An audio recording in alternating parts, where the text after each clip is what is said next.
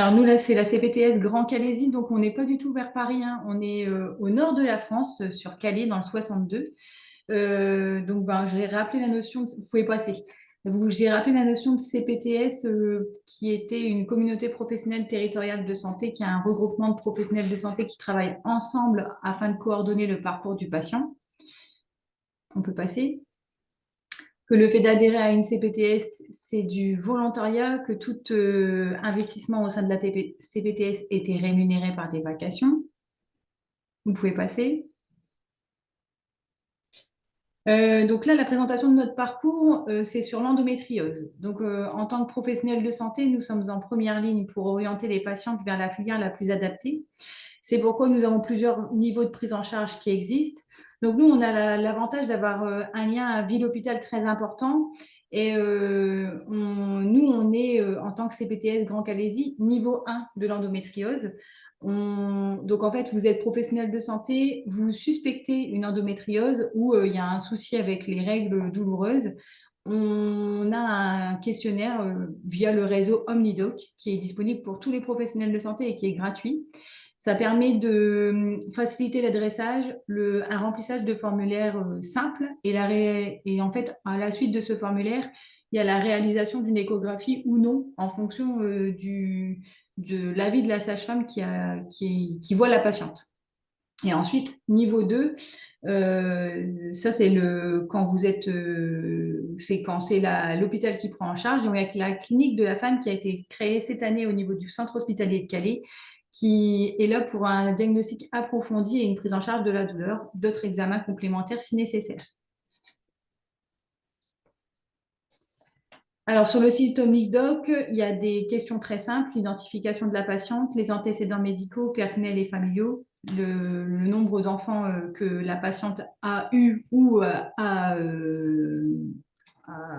les noms de gestation, la contraception, les désirs d'enfant, le poids, le tabac et tout ce qui est symptômes, donc dysménorrhée, dyspareunie, du trouble des cycles, douleur à la miction ou à la défécation, douleur pelvienne et ou fossiliaque, vaginisme. En fait, on fait un questionnaire complet pour qu'on ait le plus de données possibles pour la sage-femme qui va réceptionner la demande.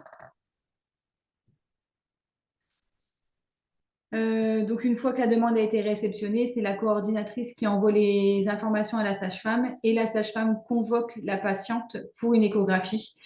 En fonction de l'échographie, il y a un IRM qui est fait pour un approfondissement et redirigé vers le niveau 2, qui est l'hôpital de Calais, pour une prise en charge complète. Je vous ai mis un petit, juste après, je vous ai mis on peut passer, je vous ai juste mis un petit arbre décisionnel pour savoir comment ça se passe.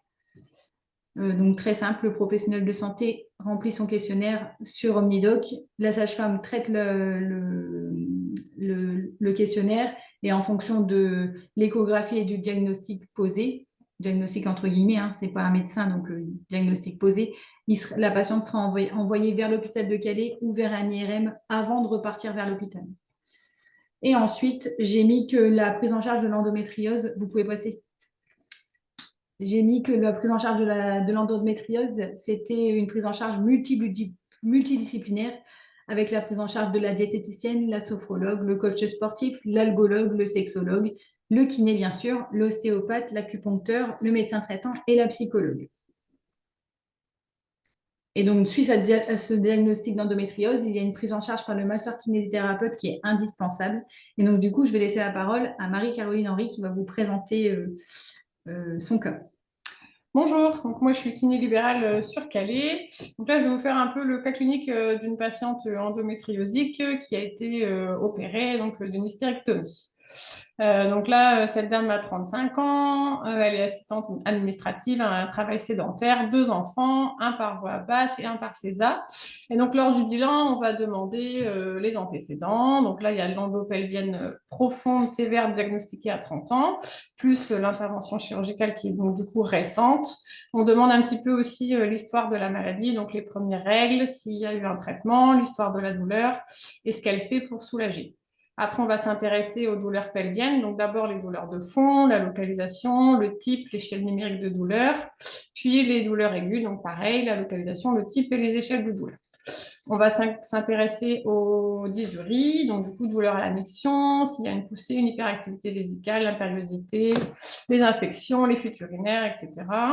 Les dyskésies, donc là, tout ce qui se rapporte à la selle. S'il y a des douleurs, pareil, il y a une sensation de corps étranger, si la vidange est complète.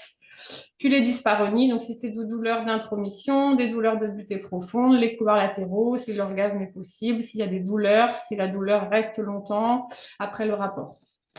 On va s'intéresser aussi aux signes digestifs, donc endobélie, nausées, spasmes intestinaux, coliques, tout ce qui est cicatrices, alimentation, hydratation, remontée acide. Puis on va s'intéresser un petit peu au sommeil, fatigue, anxiété, endormissement. Après, au niveau palpatoire, on va rechercher un peu au niveau ostéo-articulaire, donc plutôt dorsaux-lombaire, sacrum, sacro-iliaque, coccyx. Au niveau musculaire, on va rechercher paravertébraux, moyens fessiers, piriformes, obturateur interne, psoas, diaphragme et évidemment le périnée. Et en viscéral, foie, côlon, vessie, utérus, etc. Au niveau des objectifs de la rééducation, donc là, on est sur un post-intervention. Donc, on a un court terme, un moyen terme, un long terme, mais en fonction de la prise en charge, ce sera différent. Les objectifs, c'est quand même la diminution de la douleur avant tout, le travail des cicatrices, le travail respiratoire, relancer la mobilité du bassin, du rachis et étirements et routines à faire à la maison. Donc, ça, c'est dans un premier temps. Après, on essaye de renforcer tout doucement le travail du transverse et périnéal. Alors, périnéal, c'est plus un apprentissage du contrôle et du relâchement. Le travail de la coordination périnéo-abdominale, le travail postural et le relâchement myofacial. Et à long terme, c'est l'autonomisation de la patiente avec des automassages, des autograndissements, les étirements et la reprise d'activité physique adaptée, donc marche, pilates, yoga, natation. Sur le programme de la rééducation pure, donc dans la phase 1, on va surtout travailler douleur, cicatrice, respiration. On a des techniques sur la cicatrice, le palpé roulé, tout ça. Les étirements doux, de toute façon, c'est toujours les mêmes, psoas, obturateur interne, piriforme. La respiration diaphragmatique, le travail myofacial doux et l'éducation thérapeutique de la patiente, travail du schéma corporel, de la relaxation, de la cohérence cardiaque. Phase 2, renforcement, coordination. Donc, c'est plutôt des exercices de renfort du transverse, gainage vraiment léger, méthode de Gasquet, contraction périnéale, mais surtout avec l'apprentissage de la respiration, l'apprentissage du bon relâchement, travail sur ballon, travail postural, proprioception périnéale. Et puis après, c'est le sport, la reprise du sport adapté, donc le pilates, le yoga, les exercices dynamiques, le gainage progressif et du coup, le petit programme à la maison, auto-étirement, auto-massage. Voilà. Après, ce que nous, on met en place au niveau de la CPTS, c'est l'éducation thérapeutique, l'ETP avec l'endométriose. Donc, on est tous d'accord que l'endométriose, en général, en moyenne, il y a plus de 7 ans de recherche de savoir ce qui se passe dans notre corps, d'errance pour avoir un diagnostic. Donc, l'éducation thérapeutique qu'on va mettre en place prochainement, vers octobre-novembre, c'est vraiment pour essayer de regrouper les femmes qui souffrent de cette pathologie, pouvoir en parler, de pouvoir discuter, échanger sur ce qui est vrai et ce qui n'est pas vrai, et ce qui est fou en fait, recadrer un peu la patiente sur ce qu'elle peut recevoir, les bienfaits qu'elle peut avoir. Et Marie-Caroline, elle a oublié de parler, c'est sur les formations pour les kinés, c'est bien de vouloir faire des choses pour l'endométriose de la femme, mais le plus important, c'est d'être formé. Et donc, du coup, on vous a mis 2 formations qui sont très intéressantes, avec les jours de formation, si c'est pris en FIFPL, et le financement. Alors, on n'est pas là pour mettre en avant ces 2 formations-là, c'est Marie-Caroline qui les a fait et qui les a trouvées très intéressantes.